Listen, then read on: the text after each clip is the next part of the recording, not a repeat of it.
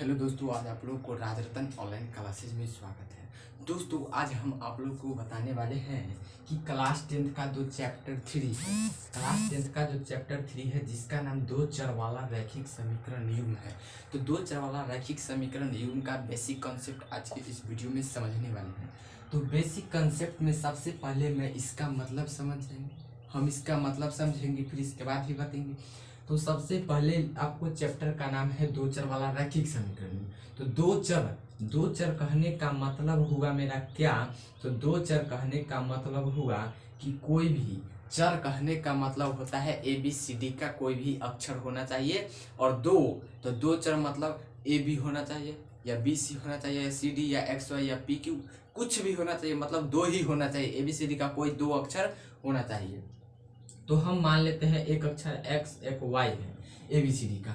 चर कहने का मतलब है ABCD का कोई अक्षर, और अचर कहने का मतलब है कि गिनती की कोई संख्या। तो इसमें ABCD का दो ले लिए, x और y ले लिए, और कहता है रैखिक। तो इसके पहले वीडियो में मैंने बताया था कि रैखिक समीकरण, रैखिक बहुपद किसे कहते हैं? रैखिक कहने का मतलब हुआ मेरा कि वैसा बहुपद जिसका अधिकतम, रैखिक बहुपद में तो वैसा बहुपद जिसका अधिकतम घात क्या होना चाहिए? एक होना चाहिए। तो अधिकतम घात एक होगा तो रैखिक हो जाएगा।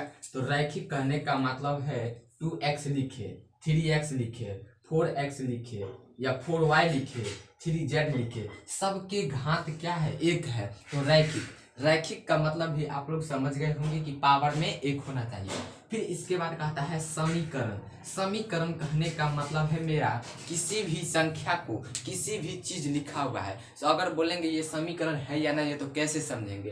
तो जब उसमें बराबर का चिन्ह लग गया तो वो समीकरण है। अगर हम लिख देते हैं 2x प्लस 3y बराबर 9 लिख दिए, 2x प्लस 3y बराबर 9 लिख दिए, तो बोलेंगे ये समीकरण है। तो क्यों है?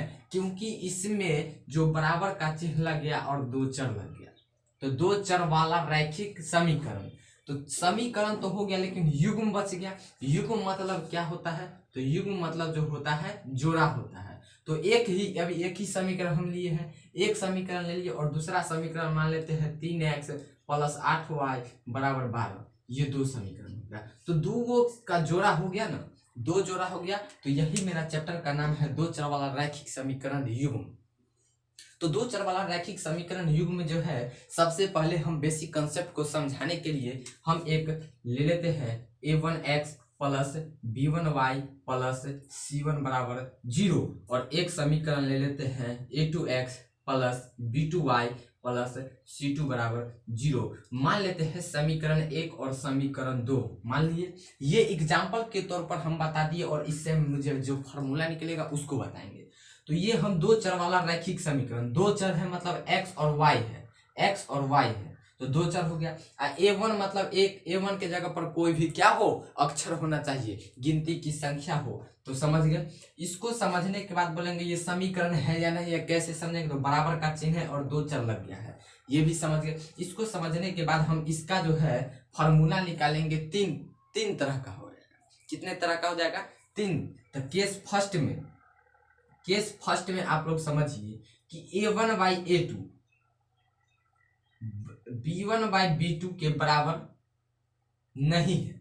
a1 by a2 b1 by b2 मतलब a1 बाई a2 और b1 बाई b2। तो इसमें a1 बाई a2 क्या हो जाएगा? तो a1 बाई a2 बराबर इसमें 2/3 हो जाएगा, और b1 बाई b2 की जगह पर 3/8 हो जाएगा। तो क्या ये दोनों बराबर है? तो नहीं बराबर है। तो हम इसको 2/3 अब बराबर नहीं है 3/8 लिख दिए।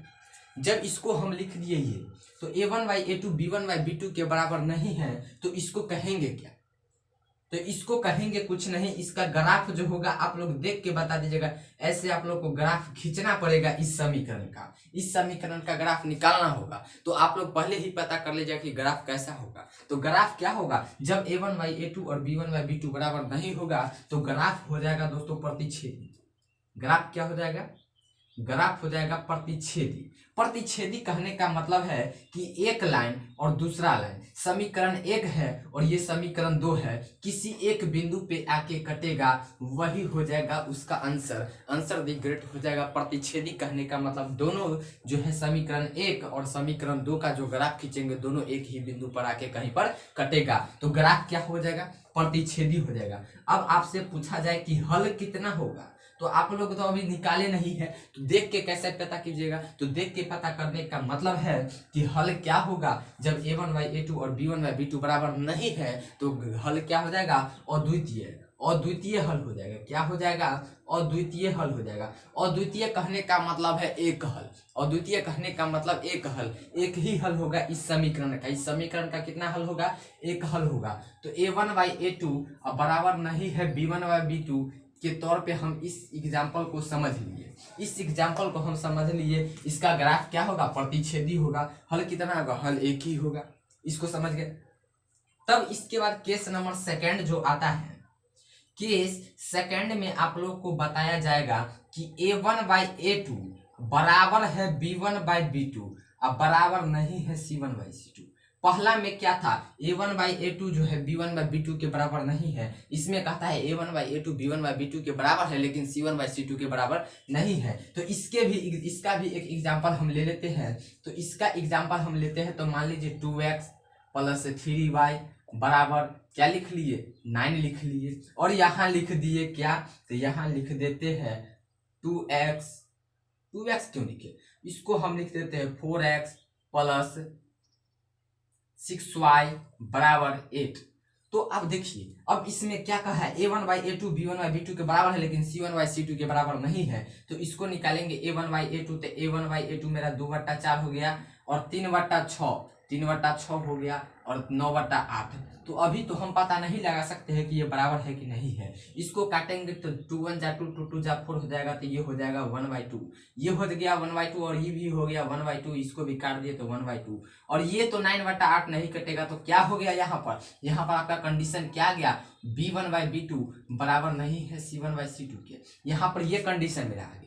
जब ये कंडीशन आया तो इस समीकरण में क्या होगा? ग्राफ कैसा होगा? हल कितना होगा? तो इस समीकरण का जो ग्राफ है आप लोग देख के पता लगा लीजिएगा कि समीकरण का जो ग्राफ है, समीकरण का ग्राफ क्या हो जाएगा? जब b1/b2 और c1/c2 बराबर नहीं है तो समीकरण का ग्राफ जो हो जाएगा समांतर हो जाएगा। क्या हो जाएगा? समांतर। समांतर कहने का मतलब ये नहीं कि कैसे ही भी लीजिए, कैसे भी नहीं। समांतर कहने का मतलब ये एक क्या है? समीकरण मान लीजिए इसका ग्राफ है और ये एक है, तो दोनों जो है समांतर है, एक दूसरे के पैरेलल है, तो ये दोनों जो कभी नहीं मिलेगा। समांतर ग्राफ है, इसका एक भी हल नहीं होगा। अगर जब एक भी जगह नहीं मिलेगा तो एक भी हल होगा? नहीं होगा। अगर हम ऐसे जाते हैं, 2 पटरी है और 2 पटरी कभी मिलता है? नहीं मिलता है। तो क्या हो जाएगा? समीकरण का हल जो हो जाएगा कोई हल नहीं होगा। क्या हो जाएगा?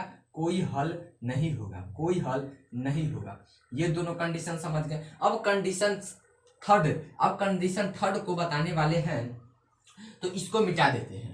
इसको मिटा देते हैं। ये तो एग्जाम्पल है, आप लोग का थ्योरी जो है बस इधर है। थ्योरी को आप लोग उतार लीजिए। तो सबसे पहले तीसरा कंडीशन में आप लोग को बता देते हैं कि तीसरा कंडीशन है क्या।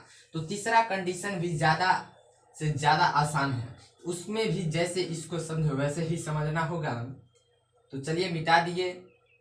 इसको मिटा देने के बाद मेरा जो तीसरा कंडीशन आएगा उठ के, तो तीसरा कंडीशन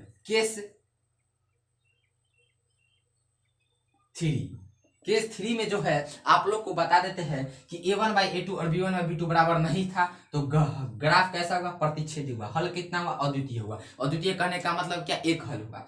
और a1/a2 b1/b2 के बराबर है लेकिन c1/c2 के बराबर नहीं है b1/b2, तो ग्राफ कैसा हुआ? समांतर हुआ। हल कितना हुआ? तो कोई हल नहीं हुआ।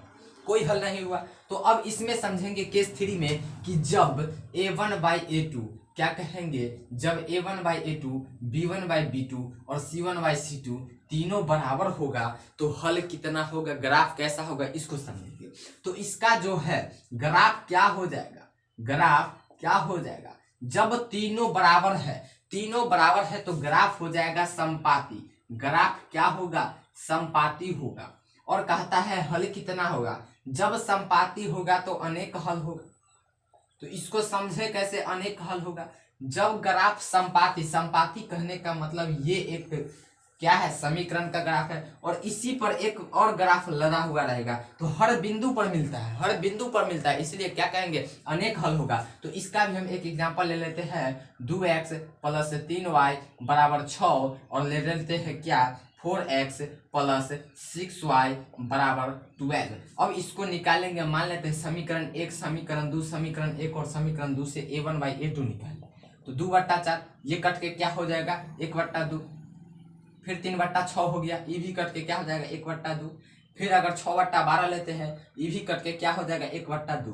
तीनों जब बराबर होगा, तीनों जब बराबर होगा तो समीकरण का कितना हल होगा, अनेक हल होगा, समीकरण का अनेक हल होगा, ग्राफ कैसा होगा, संपाती होगा। तो अगले वीडियो में हम बताएंगे कि प्रतिस्थापन विधि, विलोपन विधि, वज्र गुणन विधि, सभी का अलग अलग वीडियो बनाएंगे। तो इसका जो हो गया आपका पार्ट 1 का वीडियो हो गया, क्या हो गया, पार्ट 1 में जो हम इतना बताइए पार्ट 1 हो गया। और मैं अगले वीडियो में बताऊंगा कि पार्ट 2 में जो है आपको प्रतिस्थापन विधि से कैसे समीकरण को हल करेंगे, समीकरण को हल कैसे करेंगे, इससे कम से कम आप लोगों के बोर्ड एग्जाम में जो है, बोर्ड एग्जाम में कम से कम तो इससे 3 नंबर का ऑब्जेक्टिव जरूर रहेगा और 5 नंबर का जो है क्या रहेगा, सब्जेक्टिव जरूर रहेगा।